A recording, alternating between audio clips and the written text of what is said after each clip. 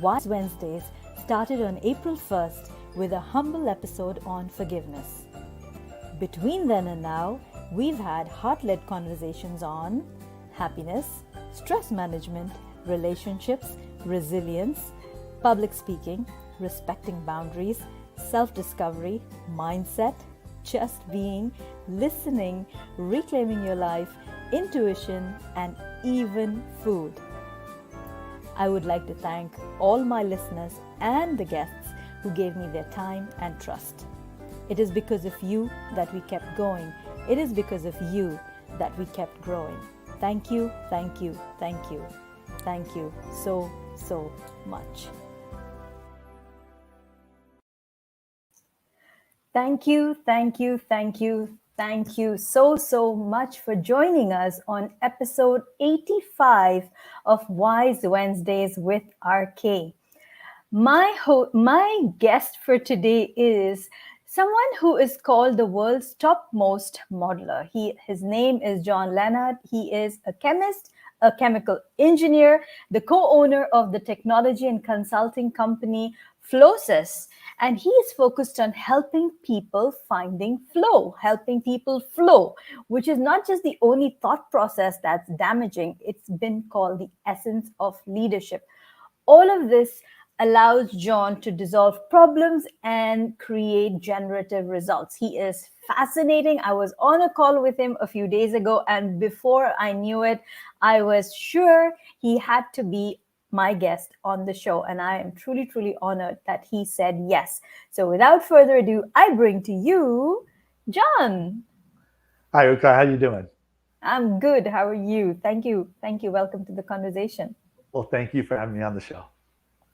Lovely. So we are today discussing something really, really interesting. We are talking about the reality of how your brain works. Like, really, how does your brain work? That is something a lot of us have wondered on good times and bad. So tell us a little, before even getting into the topic, tell us first about yourself, please. Well, as you said, I'm a chemist and chemical engineer, and what I am mostly is a modeler.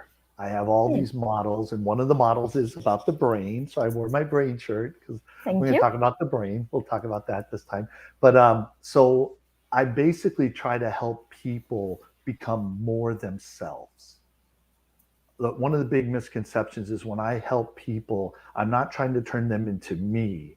I'm trying to turn them into more of them. And then that's why, the people that do work with me, I get a lot of wonderful testimonials because people are shocked. They're like, I became more myself by dealing with John rather than becoming more him or more somebody else. So that's what I really do because I understand how the mind and brain works. I help people understand who they are, and then I help them bring more of that out to help other people. And as you say that, the question that comes to my mind is, a lot of times we're being somebody else, aren't we? Right? Yeah. We're surrounded by people, and so even just growing up, we even as babies, we're absorbing all the information, and somehow we're getting conditioned. So how do you then help people connect with who they are? Well, we have a test that we give them to figure that out real specifically. But I love what you just said because if you think about it, what I found is at about 9 years old, kids are intrinsically motivated for a reward. So the example I always give, because I go into classrooms and I'll go to these kids and I'll say, in America they're third graders. I'll say, what's the capital of, and I'll name a state like South Dakota. Every kid will raise their hand, and every kid will guess. And I'll say, if I'll give you a candy bar, they'll all guess, and they want to get a candy bar. And if they guess and they're wrong, they want to guess again. All of a sudden in fourth grade, when they hit 10, they're extrinsically motivated to avoid a negative, to avoid a punishment. So they just sit there. You do that with a class of 10-year-olds, and they're just like, I'm not answering. I'm not answering unless I know I'm right. And even if they think they're right and they get it wrong, they won't guess again. So I like to look at one of the things, like, for instance, what did you want to do when you were like 8 or 9? What did you imagine you were going to do in this world? Or what did you want to do? John, my question is because I didn't have any dreams of my own. As it sounds like a sob story, but my mom wanted me to be a doctor. So I didn't think beyond that. It was like I had blinders on where, Oh, it wow. I was just this is who I'm going to be because this is what my mom wants me to be. This is what my parents want me to be. That's how I went on. It's only much later in life that I decided to take them off and explore the world of words. So even at like 6, 7, 8, there wasn't anything you naturally wanted to do. You were, Wait, okay. Now that you've taken me further back, 6, 7, 8, I think I always enjoyed teaching because I do remember propping up. I do remember propping up pillows in front of the wall and pretending to be a teacher. I had my own chalk and my duster. Oh my God, what am I sharing? But yes, I had my own chalk and duster. I would write on my white walls so that nobody could see that I was writing with a white chalk. I'd clean it, I'd pretend to be a teacher, and I would teach the pillows the questions that I had to learn. well, wow.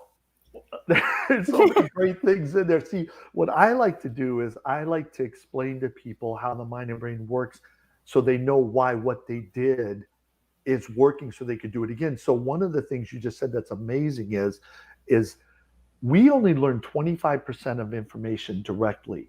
So that's why whenever you learn something new, they tell you have to repeat it 3 times. Well, think about it. Hmm. You have to learn it and repeat it 3 times. So you only learn 25% and you have Hmm. to repeat it. When you teach information, you learn it 75%. So Ooh. at that young age, this is interesting because there are these different types of people in who you are. We call them intangible drivers. One of those types is a teacher.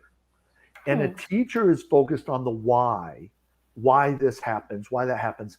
And teachers like to explain things. I am what's called an administrative teacher. I like to explain things.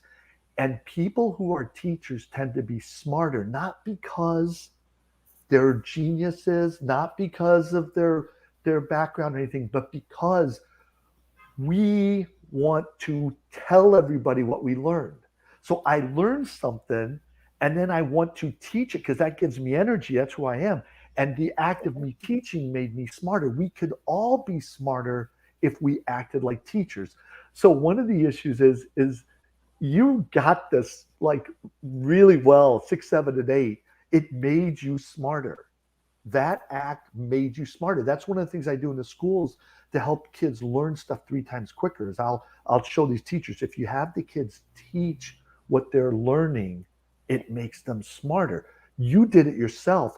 Well, I'm going to take your mom's side here for a second. Boy, if I have a daughter who is really smart, why wouldn't she be a doctor?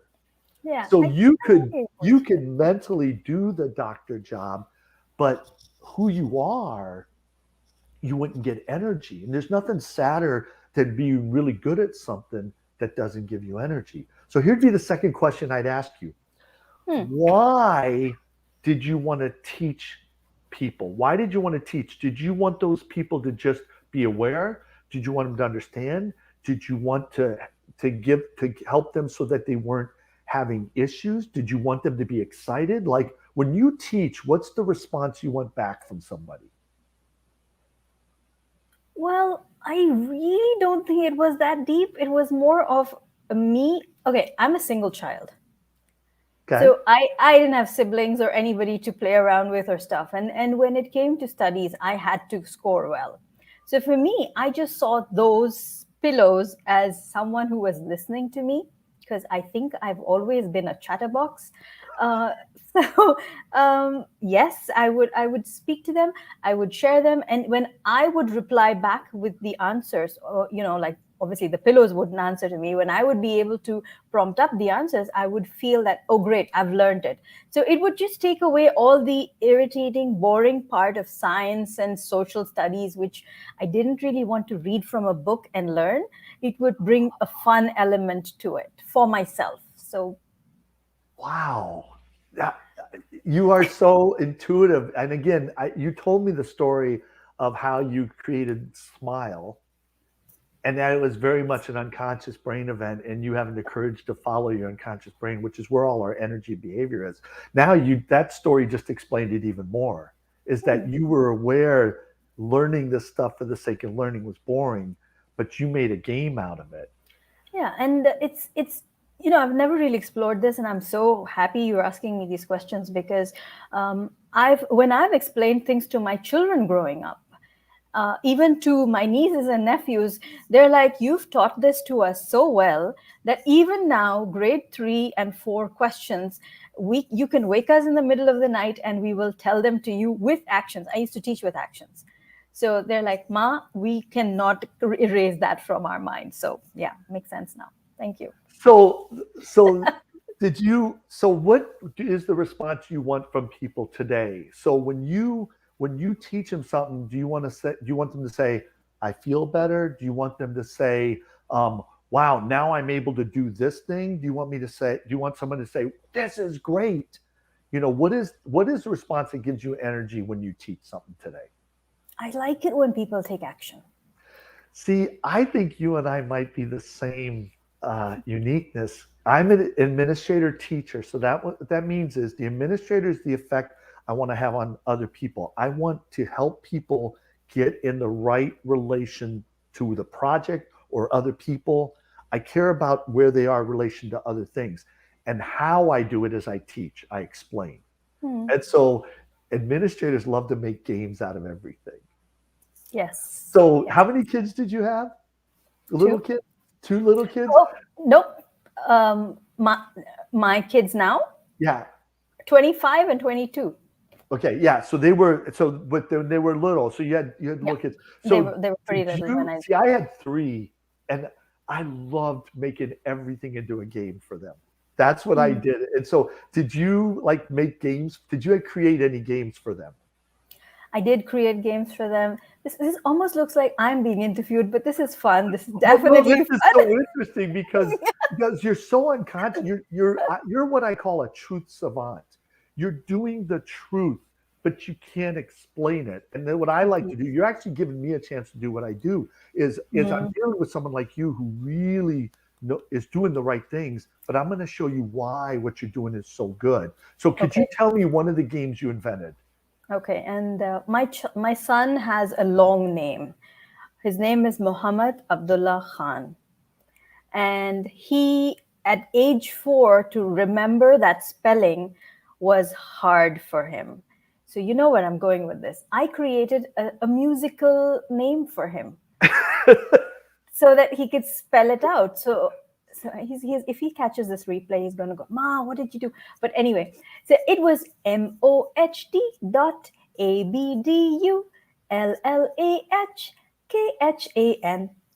and that's it. And there would be times when he would take a paper to write his assignment, his homework, grade 1, and he'd have coloring or whatever, and you always have to fill in your name. And I would watch him as he would fill his name. His head would go na, na, na. And he got his name right. So I bet you when you bring it up, he's gonna smile because Oh it's a yes, really he good will. memory. Now, do you I didn't. play any musical instruments? No, I don't. And those were that time. I wasn't even into personal development or anything. It was just something I did again instinctively. So I So am. I Yeah. don't play any instruments either, and I did the same thing with my kids. I made up songs about everything they had to do, and I used to like to say, I still say this: I am the greatest bad songwriter in the world. And so my kids to this day, they start singing these songs and they go, "Oh, I can't get the song out of my head." It's like because they're catchy, they're good, but Yeah. they're not nothing nobody else wants to hear. But yeah, so I did that a lot. I wrote a lot of little songs for my kids to do Really. certain things. Yeah, but that's how you learn. If so one of the things I'll teach us about the brain really quickly is that in your brain is a dendrite. It's a tree, and so the trunk is a word. So like you could have the word like the word song, and then we have all these connecting facts and associated emotions with it. Well, what happens is anytime you learn a new fact, when you teach somebody the word, you're creating a dendrite in their brain with that word, and you give them the definition, and so you're building a branch. If you keep teaching, you make the emotion bad and you make the branch small. The second step is the key to teaching. The minute you give a definition and explain a new concept, you got to go away from that tree and make them apply it. So a song, a Hmm. story, anything away from it, because then when they come back to the tree to use it, they have a happy emotion and it builds the branch thicker. So you think about it, whenever I teach teachers how to teach them, this concept, because a lot of them do it, I'm showing them why some of these teachers, their kids are so much better, growing so much more than others. And I'll show them it's because you give the concept, the definition, and you immediately make a story, make a song, tell a story, apply it, and the branch is getting thicker in the second step versus everybody else is making the branch thinner. So that's Hmm. why. So your kids must be doing pretty good, huh? They must be pretty smart. Alhamdulillah. Yes, I am proud of them. I am proud of them. Nice. This is great. So we have people watching us. We have Kunen watching us who says he likes the T-shirt you're wearing and he'd like to know where to get it. A friend of mine got this for me in a museum in Arizona. They came back and said, I saw some and I was thinking of you, and they got me the shirt. So I wasn't even. It was a gift from somebody. So thanks. Lovely. I love the shirt too. I love walking into classrooms with the shirt on. The kids are like, and then What's everybody that? remembers. Oh, that's the brain guy. I remember the brain guy. The brain guy. I like that. So when did you decide to become the brain guy? What was it that led you to become the brain guy? I was working for a company and they had an electric an air freshener that plugged in the wall. It worked for 45 days, and all the consumers said they couldn't smell it after 21. And so they asked me to figure out why, as being a modeler, why that happened. And I found out, I ended up coming up with a model for the nose and the brain, how it's connected in humans. So an animal doesn't have that problem. An animal will smell it forever. So there's two things. When you first walk into a room, after 21 minutes, you can't smell the room anymore. That's called adaptation. If you walk into the same room 21 days in a row, you can no longer smell it anymore. That's habituation. So they were asking me, why does habituation occur in humans and not in animals? Hmm. And I figured out why it happens is our brain zeroes out that smell. And if you think about it, if it didn't, we would be thinking of all the smells and all the things going on. We couldn't have this conversation. So our brain actually works against us and it knocks down that smell. When I figured out the model, I noticed something that if you, and I don't have graphs here or anything, I'll just try to illustrate this. If you were to smell a smell every day in a row for 21 days, the first day you smell it, you would smell it at 60% because we can't smell all the fragrance the first time we smell it. The second day when you smell it, it would appear to get stronger because you're learning it. So it'd be Hmm. 70%. The third day, 80, fourth day, 90, the fifth day, 100%. Now notice, the fragrance never changed. You think it's getting stronger, you're just learning it. Hmm. On the sixth day, your brain would smell it and go, yeah, that matches the profile. So it starts to lessen it down to 21 days, and then it's gone. So now think about this graph. As an engineer, I'm looking at this graph. How many days did you fully experience the reality of that fragrance? Hmm. So as an engineer, I'm like, wait a minute. This fragrance smelled this strong, and I'm only going to fully experience it one day? My brain Yeah. isn't made to fully experience reality. That's the conclusion I came to 26 years ago. And it really kind of shocked me. I'm like, wait a minute. Why does everybody think our brain is made to fully experience reality? And the more reality we get, and the more effort we take, and the more we do, we're going to be happier. And we see people crash. The first 5 days you're learning. If you look at happiness, the first 5 days you'd be happy every day. Then you'd lose a little happiness and then you'd stop being happy. Our brains are made to be happy if we can stay in the learning phase. So that was what I learned 26 years ago is everybody's model for the brain is backwards. They think we're a conscious brain, we're a computer, and all that matters is you state a fact and you'll be happy. But like I said about the doctor, I know a woman, really smart woman, and she, when I met her, she's in her 40s. She was really down because she had gone to school to be a chemical engineer like me, and she was the only woman in her class that year, that freshman year, to be a chemical engineer. She did it for 2 years and then she quit. But she stayed friends with all those kids from college. She got into psychology, she got into the education system. That's where I met her. And she said, John, I'm still friends with all my friends on Facebook. They have nicer cars than I do. They go on nicer vacations than I do. But I wasn't tough enough to be a chemical engineer. And as I got to know her, I said to her, you are a chemical engineer. You have a brain. You're smart enough. But she's what I would call a compassion server. A lot of people in education are compassion server. And what that is compassion is they want to bear your pain. So, so if you meet people who say, when they walk in a room, they instantly know who's in the most pain. They just feel it. They don't even have to try. They're like, that person's in pain. And server is like a wild card. You can do any of the seven. So these people will do whatever it takes to bear your pain. That's who she is. And I told her, I said, if you're not a teacher in your how or your why, like you and I are both teacher hows, if you're not a teacher in your how and your why, you were never going to be an engineer. And so Mm. you not being an engineer had nothing to do with your mental ability. It had everything to do with your energy and you being a human. You're not a robot. She said that was one of the most healing things. I've known her for 3 years now. She brings it up like every 3 to 4 months. That was the most healing thing that's happened in my life, is to know who I am. I'm compassion server. And even if I am smart enough to be an engineer, as a human, as a human, you wouldn't want to be a doctor. You could be a doctor, but Good. you wouldn't, but you're a human. You wouldn't want to be. You wouldn't get energy. And that's what I learned about the brain, is everybody has this model that the brain's a computer and you should just factually do what you need to do. And you can fix everything by factually telling everybody that. If you don't tell it to them in their uniqueness, it Mm. doesn't resonate. So that's when I learned that 26 years ago. And from there, I said, I'm going to start modeling the mind and the brain. And that's what I did. I did it. I helped people get off antidepressants. I helped people get off bipolar medication.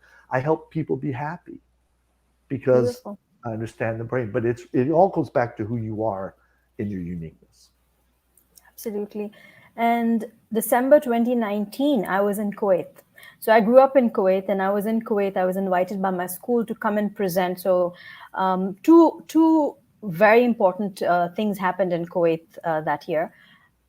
I was able to present in my school, the place where I would do my annual functions, like the building, the actual auditorium was where I went and I presented my smile to the students of that year, the high school students. And for me, it was beautiful. I mean, I think I can present anywhere in the world, but that takes the cake for me to present in my school, the same spot where I would do my annual functions, to go and present.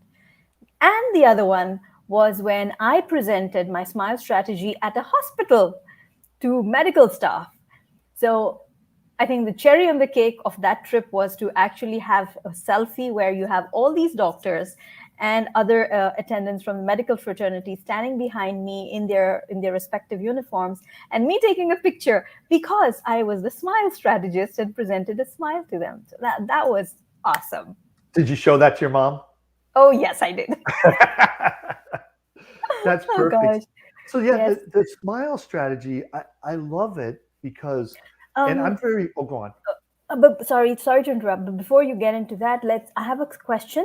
Let's Yeah. look at that, and then let's jump into the smile. So there's a question. The question is, Kunan asks, what kind of activities do you suggest to dissolve violence in schools, home, and other places? Wow. That's an amazing question. Two big things. That is an amazing question. So two big things are going on there. Um, One of the issues is self-esteem, and self-esteem is confidence in your uniqueness. So it's two halves: confidence in your uniqueness. And in the United States, we spent all this time more than 20 years ago thinking self-esteem was just confidence. So we just told the kids, you're great. You're great. You're great. You're great. And what happened was all the kids were walking around feeling great, but they didn't do very good in school. They didn't Hmm. achieve very much, but the schools were safe. Now, what's happened the last 20 years is we're going, nope, you need to be good. You need to get good grades. You need to do all this stuff. You need to, and so it's all this achievement stuff. And now these kids are not feeling safe anymore. They're not feeling, loved. They're not feeling appreciated. They're not growing self esteem. And now the schools are no longer safe. And in Great Britain, like 3 years ago, they said they're going to go away from this achievement drive because it was turning teachers into data managers. Because again, they're treating the kids like robots. They're treating the teachers like robots, and it made for bad citizens. So the thing that would help the most is if kids understand who they are and their uniqueness and then grow in it. And that's what I do in the schools is we have, like I said, we have this test and the kids take it, they find out who they are. And I heard a story this past week, Monday, uh, a person, this was a 39-year-old. So a person gave this test to a 39-year-old and they found out they were compassion server for an example. And the, the, the person who took the test said to the other person, you're the same too, right? You care about people not being in pain, right? And he's like, no, he's an exhorter server. He wants people to be excited about the future. And he's like, how could you not be that way? How could anybody not be that way? And it's like, that's what all these kids think. All these kids think everybody in the world sees the world the way I see it. Hmm. And and there's two things that these kids learn is when they learn who they are, they realize, wait a minute, I see the world this way. Like you and I see the world as administrator teachers. We want to get everybody in the right position by explaining it to them. Who wouldn't want to do that? Who wouldn't want to go to a hospital and explain to everybody this so they're all in the right position? You and I think everybody would want to do that. When we were kids, we thought everybody would do that. And you aligned the pillows. That's administrating. You aligned all the pillows and taught them. I loved, like I said, there was something about your story that just went, oh my goodness, that's me. When kids realize, wait, this is how I think and it's different than other people, and this is how you think, oh, that's different than me, you really start believing your uniqueness. So one of the things I talk about is understanding your uniqueness immediately will take you from no or low self-esteem right to mid self-esteem. And then high self-esteem is growing in that uniqueness. And the way you do it is I say to these kids, there's 3 stages. Is the kids need to understand who they are. They need to embrace it. When you and I grew up, if someone said to us, you guys are administrator teachers, and we go, no, we want to be server servers. Server servers can do anything. We want to be that. We would get trained. So we gotta embrace it. And then we gotta communicate it. And that's the power, is we have preteens who fix their families. Because when they understand who they are, they start communicating to their parents who they are, then their surroundings start treating them that way.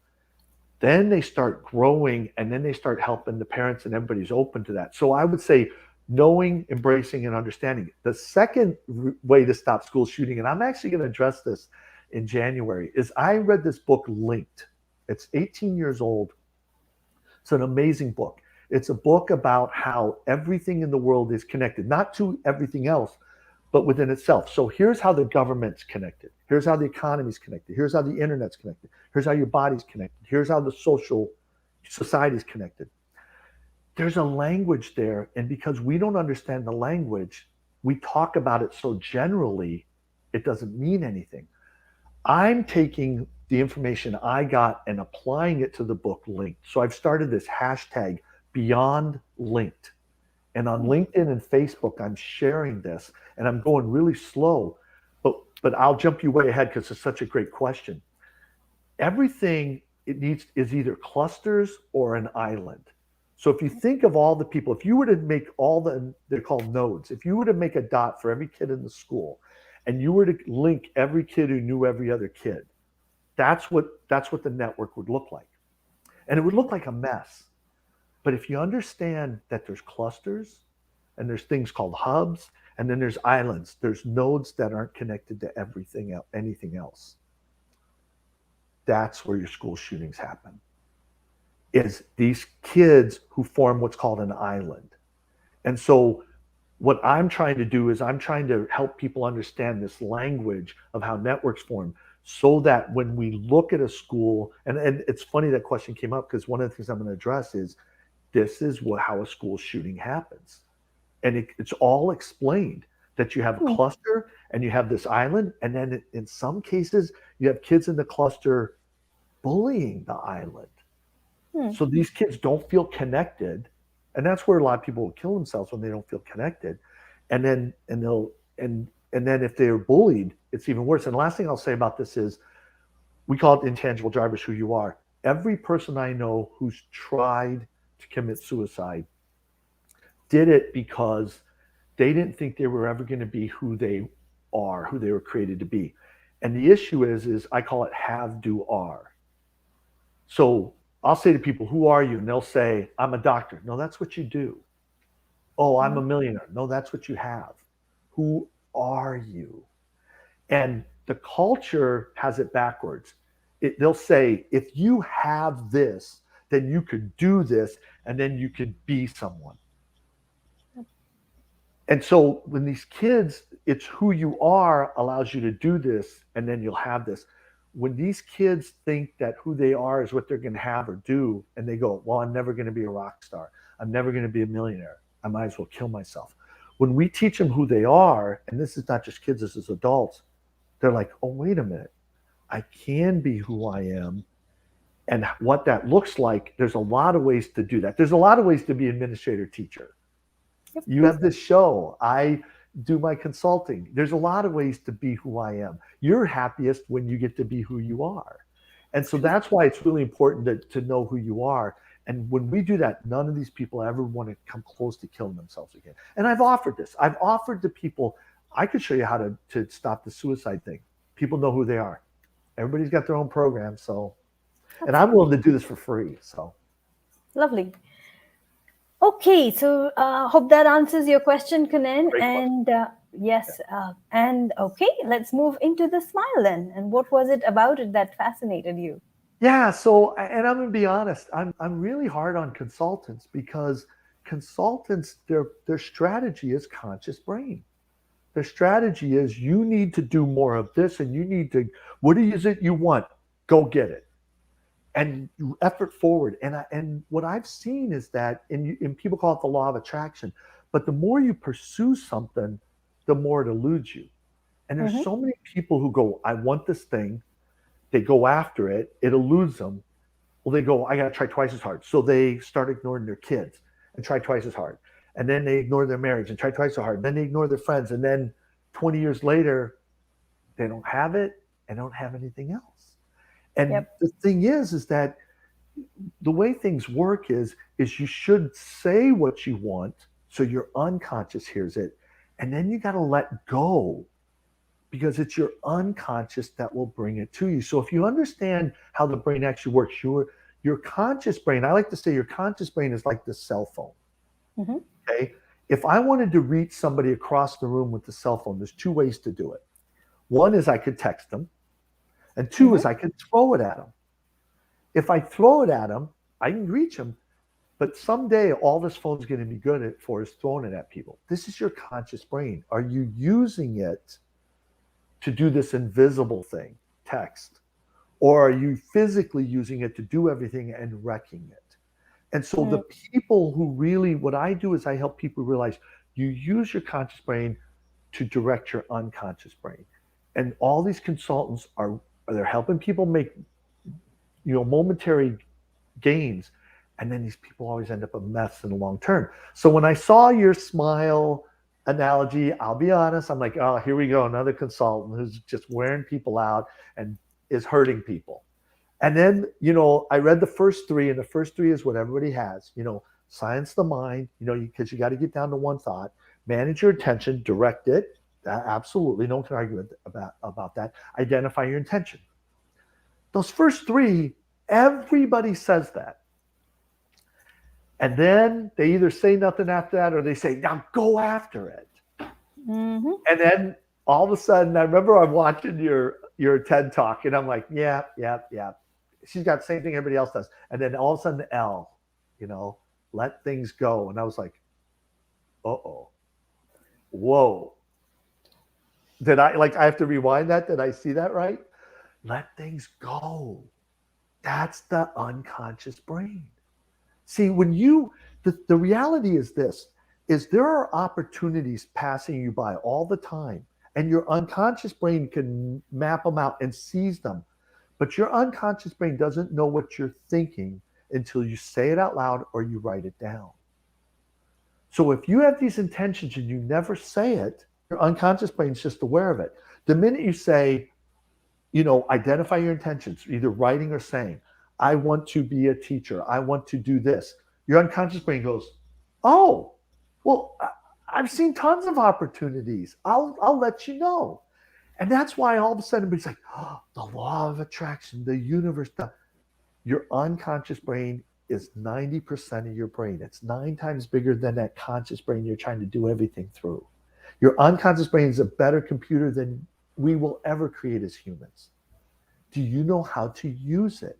So stating that intention and letting it go, your unconscious brain sees it.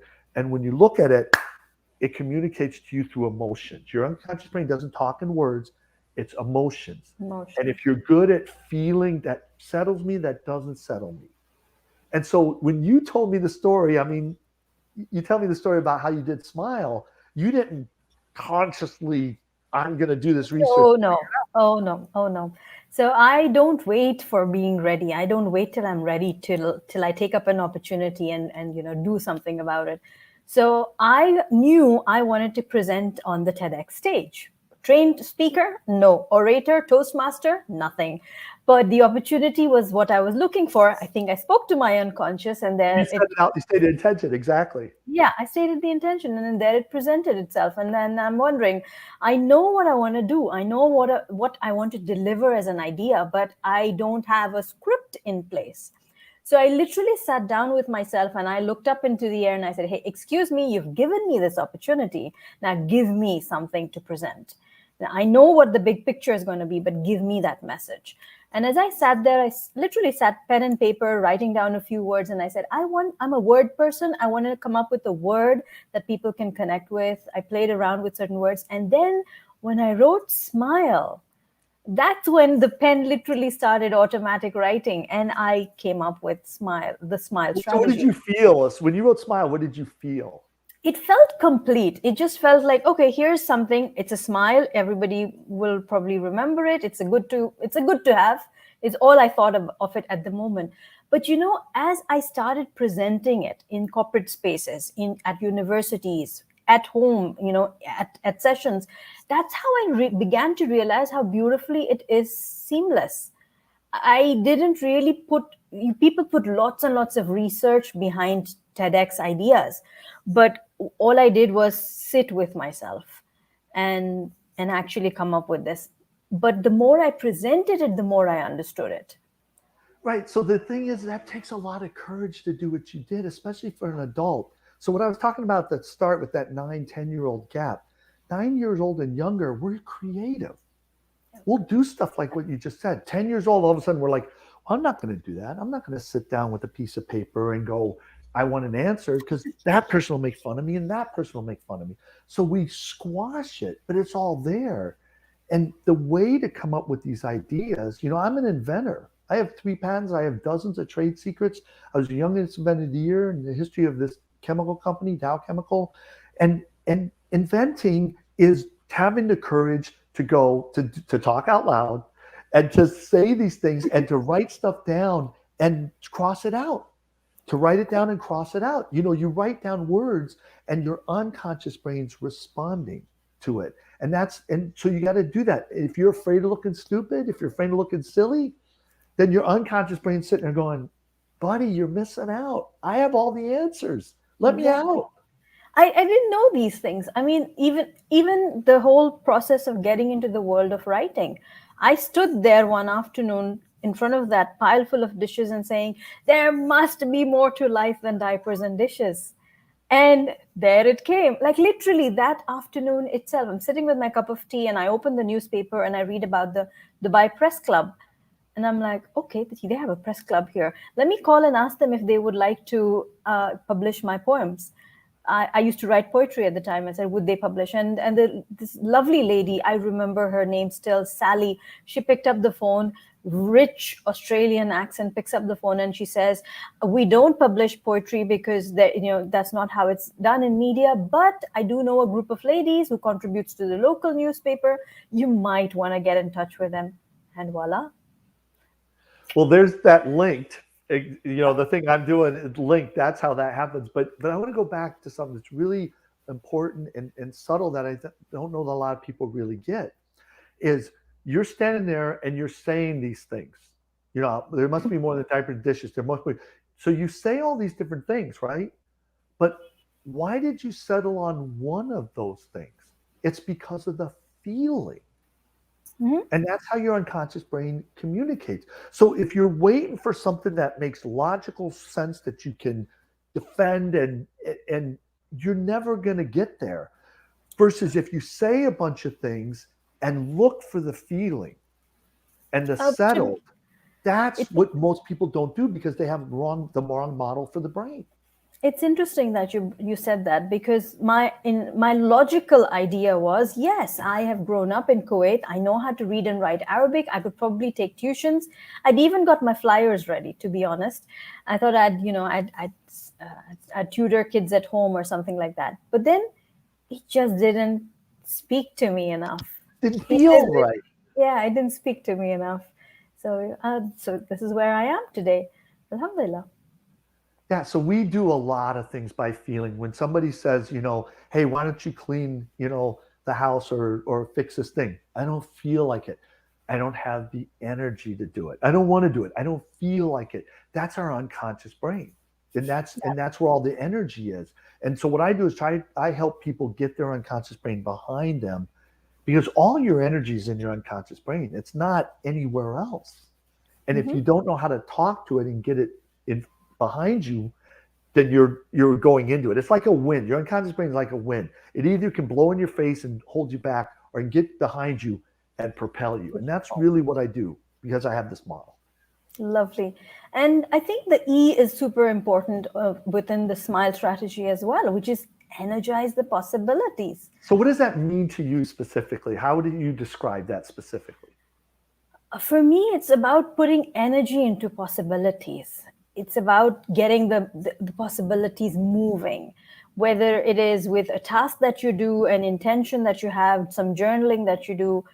It's about putting energy into possibilities, connecting with someone. So what I liked about that phrase was the word possibilities. And the reason I asked you is I didn't know if you meant the same thing, because you're the one who wrote it. I want to understand what you mean by the words used. To me, what I liked about possibilities is you're not saying, I know for sure this thing I'm going to do is going to work. It's a possibility. Yep. So try this, try that. So art therapy, I don't know if you're familiar with art therapy, but art therapy is very much an unconscious brain thing. You go to draw something and you pick a certain color and go, and you pick this color. And you go to draw this and and what you're doing is, if you're really in touch with it, it's your unconscious brain expressing what it sees going on through that. And so Energize the Possibilities, again, was another unconscious brain thing. It's like, do a couple things, but don't worry if it doesn't work. It's just a possibility, but put some energy, take a step towards it, have the courage to take a step towards something that may not work. So like I said, that L and that E, I don't know. I've seen a lot of consultants, and I like to say 99% of them are hurting people. But I got to tell you that L and the E, everybody needs the first three. So I get what the consultants are doing. They're helping people with the first three. But if you don't have the L and the E, if you don't use the conscious brain to get people in touch with the unconscious, you are hurting people. And you have the L and the E. So that's why I was anxious to be on this. I really don't like talking to consultants, because it makes me sad, because we need to get to resiliency. We need to get focused in order to flow. And so I'm very much about a flow. So flow is focusing and then letting go. And that's, you basically have a flow analogy here. Your first three is getting, into focus, and your next two is letting go. And that's, so I see a lot of flow in what you've written. So that's why I was like, oh, if I could be on the show, I would love it, because you are one of the few consultants is not hurting people. You are not hurting Thank anybody you. with Smile. Thank you. And a smile doesn't hurt, doesn't it? So we have another question here. It says, "What is your opinion about the old concept of the two, two, Triune. triune brain model? Is that still does that still exist, or is there a new model?" The thing is I ask people what their model is for the mind and the brain, and they will say there isn't one. And this triune model, when I first created this model for the mind and the brain, I had it on one sheet of paper, and I had all the parts of the brain labeled, and I had like 100 arrows. It looked like a wiring diagram. And on it, I put the triune model because what happened was one of the three psychology students I was working with wanted to present my information at a seminar. This is like 15 years ago. And they they showed it to the professor. The professor wanted to meet with me. So I handed them the model, and he looked at it, and he got really angry that there was this triune model, and some people call it like the Freud model or some of these models. He was really angry, and he said, this was never supposed to be an explanation for the parts of the brain. It was just an analogy. And Hmm. so he got really mad at that because physiologically, it doesn't sync up to Hmm. anything. It really covers several parts of the brain all in one. My model for the mind and brain, and I explain it this way. A very models, when they're the truth, they're very simple, they're very powerful. All of chemistry is built on Bohr's model for the atom. What Hmm. is that model? The center of the nucleus is made up of protons and neutrons and has 99% of the weight and is surrounded by electrons. That's all it is. That's the model. The model for the solar system, is the moon revolves around the Earth and the Earth revolves around the sun with all the planets in concentric orbits. Do you realize it took like 2,000 years for people to figure out what I just said in 10 seconds? So likewise, I have a model for the mind and the brain that everything is built off. And this is simply what it is you are a driver in a car. You, the mind, your uniqueness, mind or soul, however you want to call it, you're intangible, and you are a driver in a car. Your brain is the car. Now, in a car, you're only in direct control of 10% of that car. The steering wheel, the gas pedal, the brake, the radio, the windshield wipers. Likewise, you're only in control of 10% of your brain. People say you only use 10% of your brain. You use all your brain, but you're only in direct control of 10% of your brain. That's your conscious brain. That's like I said about the cell phone. 99% of that car is where all the behavior and all the energy is. And you don't directly control it. You aren't directly firing the engine. 90% of your brain is your unconscious. It's where all your behavior is. It's where all your energy is. You should be steering to direct it. The other consultants, here's what when they talk to somebody, because I say to somebody, if you were going to drive out of this parking lot, what would you do? Well, you'd get in the car, turn it on, you'd use the steering wheel to direct the engine out of the parking lot. That's what Smile is. Hmm. All these other consultants, here's what they're doing. They're saying, rip the steering wheel out of the car, tape the brake pedal to your foot, take the gas pedal to the other foot, and walk out of the parking lot and say, I'm driving. You can make it out of the parking lot with your conscious brain. You're not going to make it cross country. You can make it progress listening to these other consultants, but you're not going to make it through your entire life. You could make it through your entire life with Smile because you're using your conscious brain to direct your unconscious brain. So that's the real model. And I'm open to any models. I've said to people, share me any model for the mind and the brain. But I have literally said this to these people. When I shared that with the psychology professor and he looked at it, he said, I'm going to say two things. He goes, number one, he goes, there's nothing on this sheet of paper we don't already know. Yeah. We know everything on this sheet of paper, but I've never seen it on one sheet of paper. He goes, we study discrete parts of the brain. Each part is labeled. We look at a part of the brain and we say stuff happens and it damages this brain. And that's why you have bad behavior. You're saying that there's 4 circuits in the brain and you operate according to one of those four, so inside, and the behavior comes out. He goes, so the second thing I'm going to say is, he goes, this isn't how we do science. Stop doing this. Stop helping people. This is wrong. So I kept helping people in private, and I knew I couldn't publicly talk about this model because I sounded crazy. Then in 2015, a neuroscience magazine came out, and the editor in the front said, here's what we learned in 2015. The big thing we learned was that behavior, we shouldn't have been studying discrete parts of the brain. We should have been looking at neural circuits. And at that point, I said to my wife, can we talk about this model publicly now? Because, you know, we're ahead of medical science. So I've got a 6 years head start right now. Next year it'll be 7 or 4 year head start. I actually have a 4 year head start. Next year it'll be 3. But 7 years ago, I had this model and neuroscience was just beginning. I'll tell you another quick story is when I was working with those psychology students 15 years ago, I used to say to them, ask your psychology professor how to make people happy. Every psychology person in the United States 15 years ago, their answer to that was, it's not our job to help people be happy. It's our job to help people stop doing bad behavior. I can show you how to be happy. The thing is that, and I'll explain in a second, the thing is that about 7 years ago, these psychologists and these people are now studying happiness. Now there's a whole field of happiness. All happiness is your brain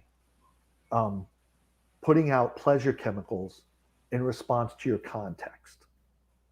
And there's a very simple equation: experiencing effects that exceed expectations.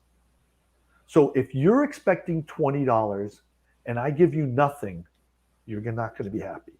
If you're expecting $20 and I give you 40, your brain will kick out chemicals. Notice, you know, the thing is it was all part of that's the context. Now flip it around. If I gave you $20 and you expected nothing, you'd be happy. If I gave you $20 and you expected 40, you'd be sad. So there's two things that affect your happiness: where you put your brain before you experience your context. So some people go, I'm just going to make a lot of money. I'm going to be the most beautiful person. I'm going to boss a bunch of people. They think if they master their context, they'll be happy. You can't master your context.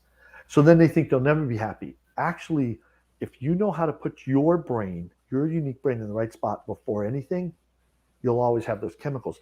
But do you understand your unique brain or your uniqueness? That's why I was able to do this. I'm not worried about anybody doing this instead of me. First of all, I'd love it if everybody helped everybody be happy. But second of all, if people can't explain who you uniquely are, not a personality test, but who you uniquely are, they're never going to help you intentionally be happy. I'm just going to let that sink in for a bit, because that is so powerful. I mean, a lot of us do not know who we are. We come from a place of conditioning. We come from a place of ego. We come from different tangents. We don't know who we are. And we think we're all the same. And so we think the way we think is the way everybody else thinks. So what your mom did is what every parent does. Your mom was like, this is the way I think. This is the way everybody thinks. So, and she's trying to help you be a doctor because this will make sense. But she didn't know she thinks this way, you think this way. And so what I try to do, my number one goal in education is this. I believe that the goal of education should be every kid should understand how they uniquely learn, which includes how they uniquely motivate themselves. If a kid graduates school knowing how they learn and how they motivate themselves, they're going to be successful in whatever they choose to do. But we want everybody to learn this stuff. And so what happens is I'll have kids who say to me, why do I need to learn geometry? And I'll say to them, you know what? Maybe you don't. Maybe you'll never use it. But do you know how you uniquely learn and how you motivate yourself? It sounds like you're having a tough time motivating yourself with geometry. It sounds like geometry is an opportunity for you to learn about yourself. So now notice, if I try to get that kid to learn geometry, he's not going to learn it and he won't learn anything about himself. If I teach the kid to use geometry to learn about himself, he learns about himself and he learns geometry, which is your L and your E. I call Yes. it the backward step. Your L and your E is the key. How did I teach this kid geometry? Not by trying to teach him geometry. I tried to teach him about himself, and the effect was that your S, M, and I sets you up, and then the L and the E gives you the effect of it. And that's why that is so beautiful. Thank you. Thank you. Thank you. Thank you. Hmm. We've got somebody watching. It's her. The handle is I and You Matter. She says, "Hi John, nice to see you. Great show." Alex says he's proud of you. Zara, that's Zara. The She's an interesting story. She did one of the biggest favors for me because I can't go into the schools and tape me talking to any kids. Okay. Okay. Her son is autistic. He basically tried to go to two different schools last year. So now he's home. And she asked me if I would talk to him and teach him his uniqueness. Really smart kid. And she videotaped it and Oh. it's online. Well, he comes in and sits down like this. Well, the first 3 minutes of the video is me telling her exactly what I'm going to do and me working with her to figure out. She knows her son. We figure out he's administrator perceiver. So he's like you and I, except he's a perceiver. So instead of explaining everything, he says one sentence: this, this. Really smart, really poetic. Okay. He's sitting like this, and she goes, "Don't you want to?" And he won't look at me or nothing. And I started talking to his unconscious brain about being an administrator. No joke. He goes, and I taught him for 5 minutes. There's adults that won't let me teach him for 5 minutes. And he just took off from there because he knows who he is and he knows how to direct it. The issue is he's not going to fit into everybody be nice, everybody act like this. Yep. He's very smart. He's got these ideas, and so I'm going to say this will be the last thing I say. I know the time and everything, but you're an administrator. I'm an administrator. I'm interested in what you think about this being in different cultures. But I like to say the best day of every administrator's life is when they graduate from school because we want to coordinate, and Mm-hmm. we're not allowed to coordinate anything. And administrators have a miserable time in school because they're just a kid and you're not supposed to coordinate anything.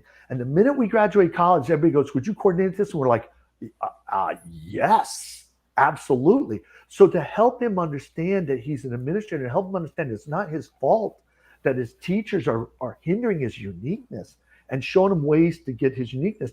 So one of the big things, I'll tell you this with administrators to give us energy, we need a goal or we need to hear someone else's goal. So what I would tell Mm-hmm. your kids is if your mom ever looks like she doesn't have energy, either say to her, "What's your goal?" or talk about your goal in front of her. And you'll probably notice that now. Whenever anybody talks about their goal, you're like, "Oh, I, we get I need. energy." Gosh, John, we spoke some time back about how if you have an expectation and you give people a little bit more, then maybe they get happy, right?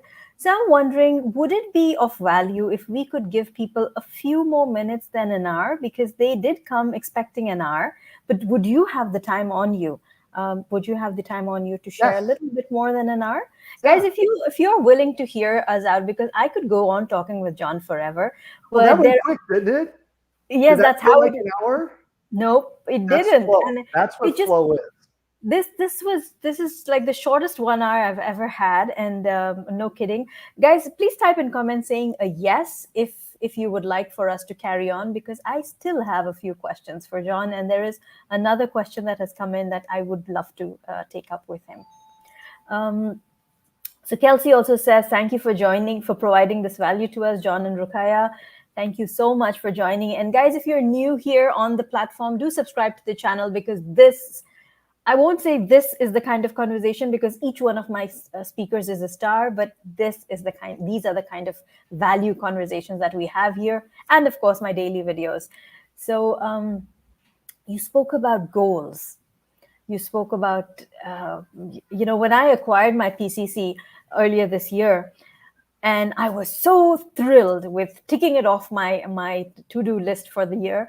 I actually went back to my cohort and I started chasing after my peers, saying, "Guys, you need to submit this. Guys, you need to submit your work. You need to get this done." So I've been pushing forward with my team members, saying, "You need to get your submissions done. You need to tick this off." So I completely hear you when you talk about goals. Right. So the thing is how do you motivate them to get a goal? So I'll tell you, half of the people in the world are what we call a server how. You and I are not server hows, okay? But here's how I explain it.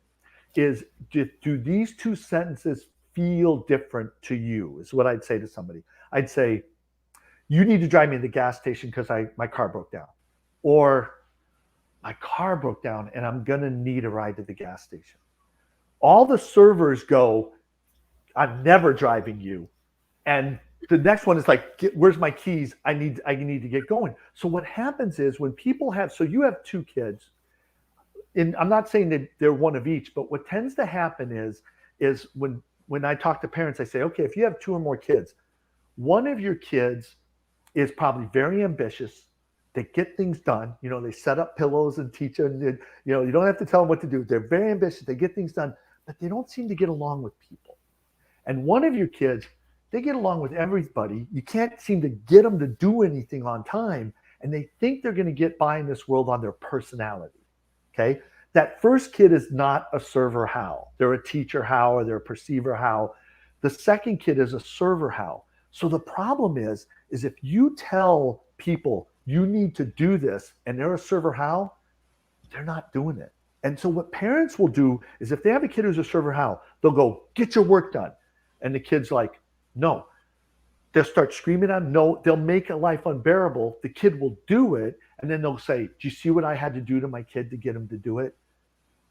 If you say, I need you to get that work done. And the story I always tell is there's this guy, he had a 13-year-old son, his giver server. So his server, he's sitting on the bed. His wife walks in and goes, Caleb, get in the car right now. You're going to be late. He doesn't move a muscle. She walks out and goes, her husband goes, fix this. Well, he learned this information from me. He walked in, he goes, Caleb, I'm leaving. I need you in the car. He gets up and walks out, and the wife goes, that's what I said to him. And he goes, No, you didn't. No, you so when didn't. you want to get people to do stuff, realize half the time, but the problem is a parent, we don't want to say, I'm the parent. I don't need anything. You're the kid. Okay. But so I need you to do this. I need this. Half of the class will get it done if they're the servers. And then it's how the other people, like you and I are teacher how. So if you explain, you know, you and I, if we give you the explanation, you need to do this because of this. And that's probably what you said to him is being a teacher how. This is what I'd say is you guys need to get this in or otherwise you're going to be late. That's a teacher. Perceiver, Yeah. Zara's son would go, you need to get it done. If you meet anybody who says that, that's what a perceiver looks like. And I don't listen to them.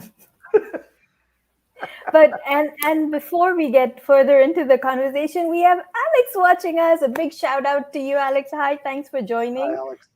Yes. And Maria, Kunan, everybody says, yes, we should carry on talking. So thank you, Zara, for calling him and so that he can join us.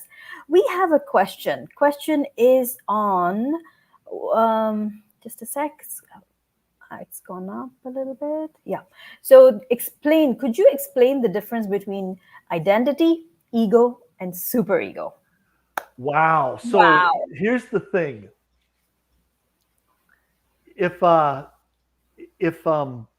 in my car analogy, the ego would be like your left foot, like your right foot, the gas pedal, and the line to the carburetor. So that's what ego is. So it's very much a conscious brain thing, but there's some things in there that are good and things are bad. So because it's like, is ego good or bad? So the closest thing to ego is your conscious brain. So what's happening with your conscious brain is you are making this decision. That's your free will. Your free will is in your conscious brain. You can lie. Your unconscious brain can't lie, but you can use your conscious brain to lie. So your ego is like your conscious brain. It's basically, although the explanation for ego goes into unconscious and it goes into your mind and soul. But what I'm going to say is this, is that when you are using your conscious brain to get something in opposition to reality, that's a bad ego. When you are using your conscious brain to assert yourself in your identity, that's a good thing. So, but the ego is really a flawed analogy because it's not really covering just the conscious brain. It's covering the conscious brain and part of the unconscious and part of the mind and the soul. Okay, the ID, the id, is really like the first cause, like where you're coming from. But the problem is people measure that by behavior. So I like to say, I'm John. I drive a CRV. If I left the parking lot and I skidded, what would you sound like if you called me Skid from now on? John, you're Skid. I'm not Skid. That's my behavior. So if you think about it, when we say he's an abuser, he's not an abuser. If he is first cause an abuser, then all he'll ever be able to do is abuse. So when we identify people's identity by their behavior, we take away their free will. And then all they can ever do is abuse. If you understand who they are, I'm John, and that was a behavior, and I'm in control of it. Likewise, oh, you're CRV. I'm not CRV. I'm John. CRV is my car. So when someone says they're bipolar, they're ADHD, that's their brain. That's not who they are. So ideally, that id should be who you really are. But the problem is with identity, all these measures have gone into basically this behavior stance. And that stuff is flawed. If you think about it, there's two things that prevent happiness. So experience effects exceed expectations. Experience and effect means it happens to you. It's an effect. It's not a cause. So control would prevent that half. So if you think you need to take more control to be happy, you blocked half of happiness. Exceed expectation. What's the expectation you can never exceed? Perfection. Control and perfection block happiness. Two of the four personalities are control and perfection. So taking a personality test and operating according to it will block your ability to be happy. So that's why with that id, and then that superego is just this, I would say they're trying to cover the unconscious brain with that because it is so much bigger than your conscious brain. It's 9 times bigger. So it's their explanation of that. But a lot of times they use the word subconscious. Yes. So I labeled the model of the mind and the brain with subconscious. And that psychology professor said, well, you got one thing wrong on this. So on my whole sheet, there was one thing wrong. And he explained to me, and a lot of people get this wrong. Your subconscious is in your conscious. So your conscious is what you can immediately access. Your subconscious is something you takes a second to access. So what was the name of your first pet? That is in your subconscious. You can still access it. Your unconscious is something you can't access. I cannot directly access how many people were in the restaurant yesterday when I went to lunch, but that number is in my unconscious. Yeah. So there's a difference between the sub and the un, and a lot of people talk about sub and they really mean un. And that's where I think the superego stuff gets thrown off. So those three parts are trying to cover more than just those three parts of the brain. Super. Tell us about flow. And then I have another question. I am sorry. How much time do you have to give us? I got time. I actually thought this was on later than this. So flow is when you are feeling and operating at your best. It's not a thought process. You're actually toggling between your unconscious and your conscious. You're flowing back and forth between them. So you get control in your conscious, then you give up control to your unconscious, then you get control. A lot of people out there think it is a thought process. It's not. It's actually a hack between two thought processes. So everybody's got a unique way that they get into flow. And so that's what I do is I help people find their unique process for flow or their Flowcess. That's the name of the company, Flow Flowcess. says yes, I yes. believe we're the only company in the world that can help people find their unique process. Because once you find it, you can apply it to everything. Wouldn't you like to flow in everything you do? Like we're flowing here. Wouldn't you like to do it? More importantly, wouldn't you like to be able to pull other people into flow? Like that's what I do if I go and interview, I want to get in the flow and then I want to get you in the flow.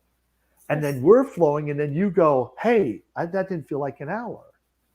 So that's what I do is I teach people how to get themselves in flow and then I teach people how to get other people in flow. What's my passion is education. Who needs this more than anybody? Teachers. I mean, if a teacher can get in flow, they're going to have so much energy they'll finish the school year with more. And if they can get the kids in flow, the kids will learn so much better. So this is what I want to do. I don't care what country this goes into. I want all these teachers to help all these kids flow. So yeah, flow is where you're feeling and performing your best. Lovely. Now, we are talking about flow, and one thing that I had told my children when they flew out was to be honest with their identity.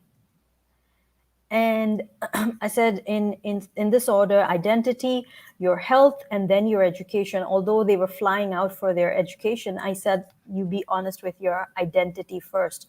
Now, I believe that identity is created from the values that you have, I right?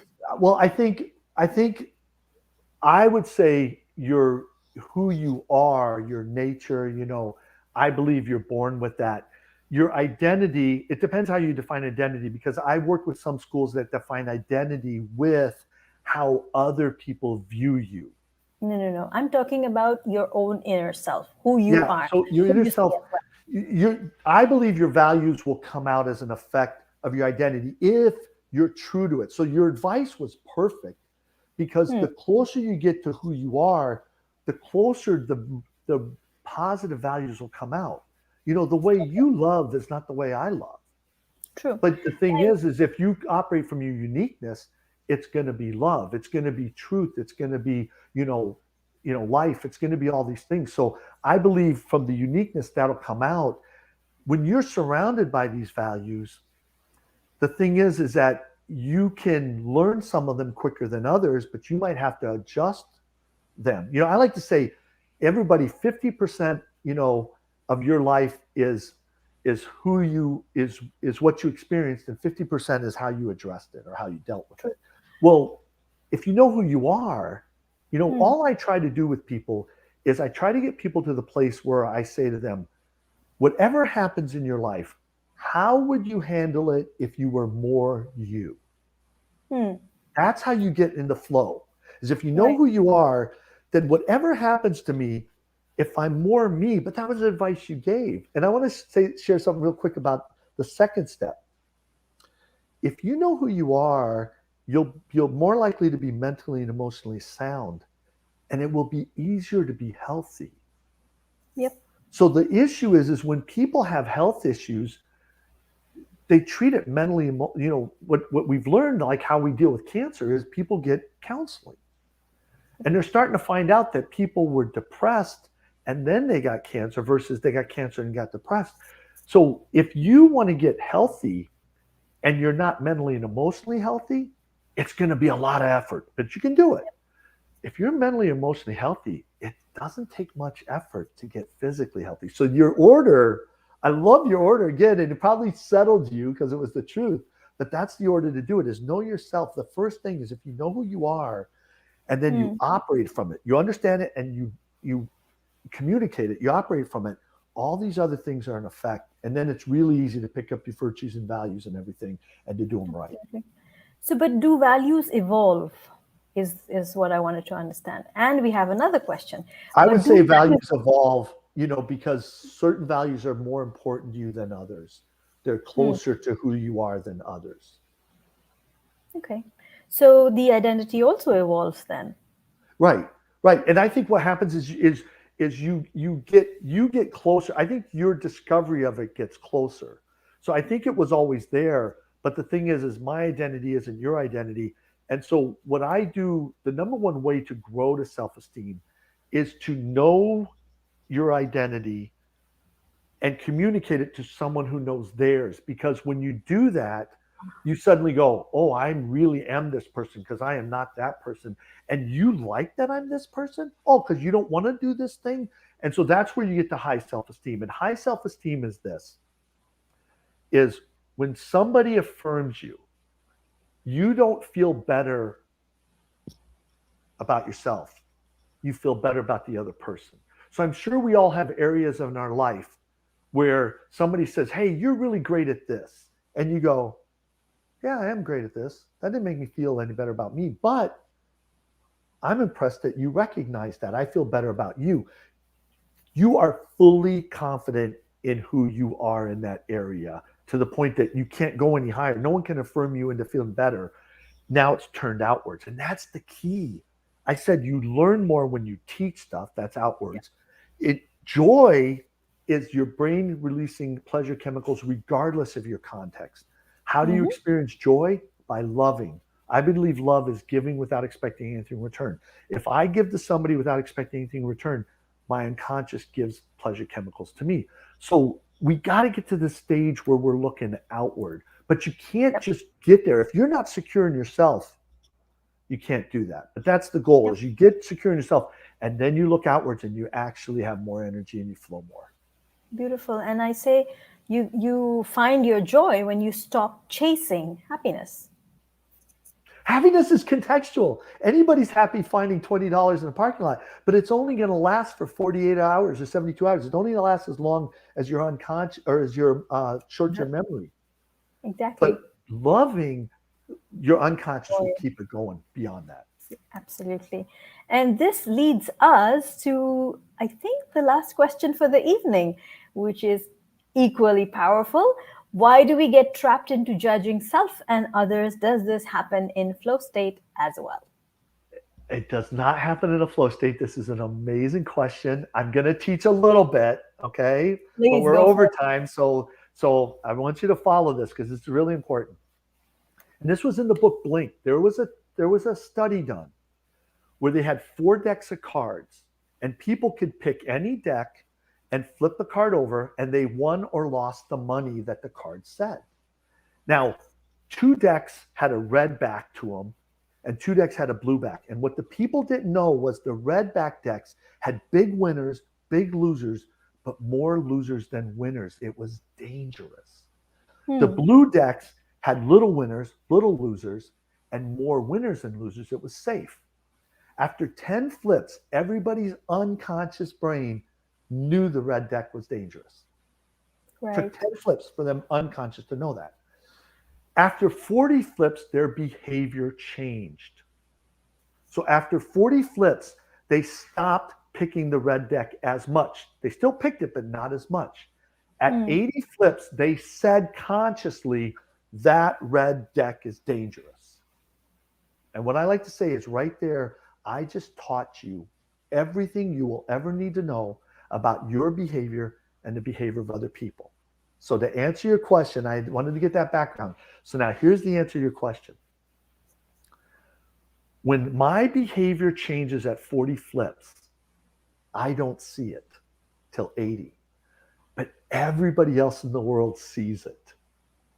And so when you walk up to me at 40 flips and say, hey, John, you know your behavior changed, I don't see it. But when I say I don't see it, here's what I'm really saying to you. You know what? Because I'm not at 80 flips, you're not talking to me at 80, I'm at 40.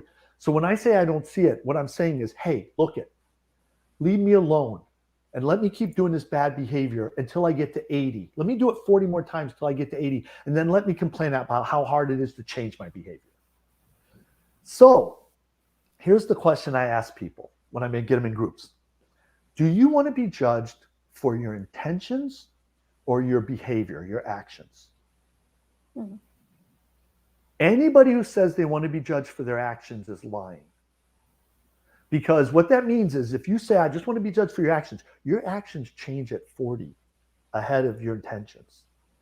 So the next time you do something wrong and you didn't realize it and someone confronts you, you can't explain why you did it.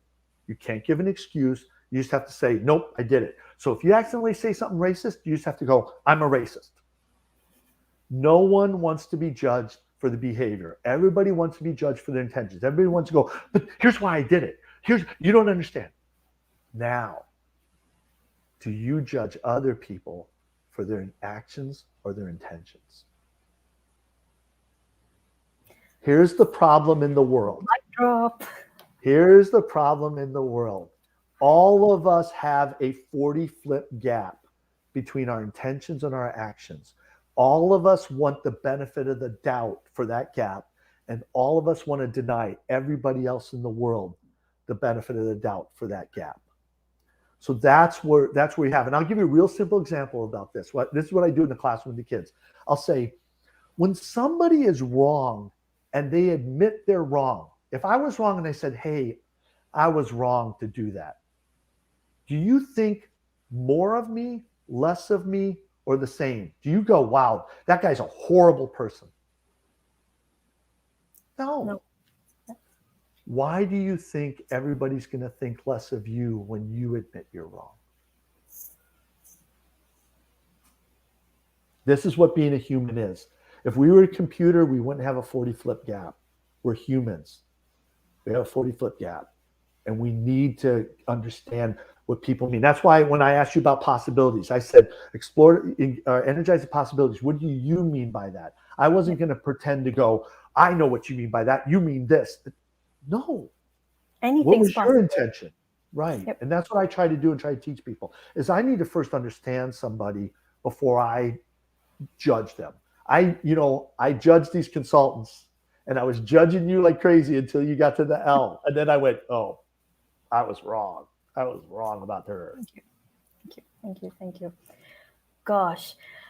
Yes, we do judge people, and that's where communication goes wrong, right? You assume stuff. You don't go on to ask. You don't go on to understand whether you got it right. That's so important to understand whether you've listened to what they said. Right. You received the same thing. So we've received a lot and lots of value today. The reality of how your brain works was fabulous. You literally demonstrated it with me. So thank you. I learned so much today on this conversation, and I'm sure everyone else did too. What is one thing that the listeners are going to be taking home as a takeaway from this conversation? Because we can't just give them everything and let them go. It's all about teaching. So what are you going to teach yourself to do from what you've picked up from this conversation? Just a quick comment in would be nice so that you are saying it out, because that's what John has been telling us about. That's how it works. So just a quick comment in what are you going to apply from this conversation? And John, what would you like to share as closing comments before we wrap this up? I would just like everybody to remember that you are a human. You are not a robot. You're not going to get ahead by going directly at anything and all this effort. You need to state these things and get these things out so your unconscious brain knows that. And then you need to let things go, and you need to explore it. They need to have the courage to explore the possibilities. Beautiful. So we're gonna let those comments come in. Maybe you need to think it over. So thank you once again, everyone, for joining. Thank you, John, for joining and for the extra time that you gave us. You definitely made us happy because the expectation was different, and you gave us more than we expected. Thank you so much. And again, thank you, everyone. Have a great rest of the day, the evening, wherever you are in the world. Bye for now. Thank you.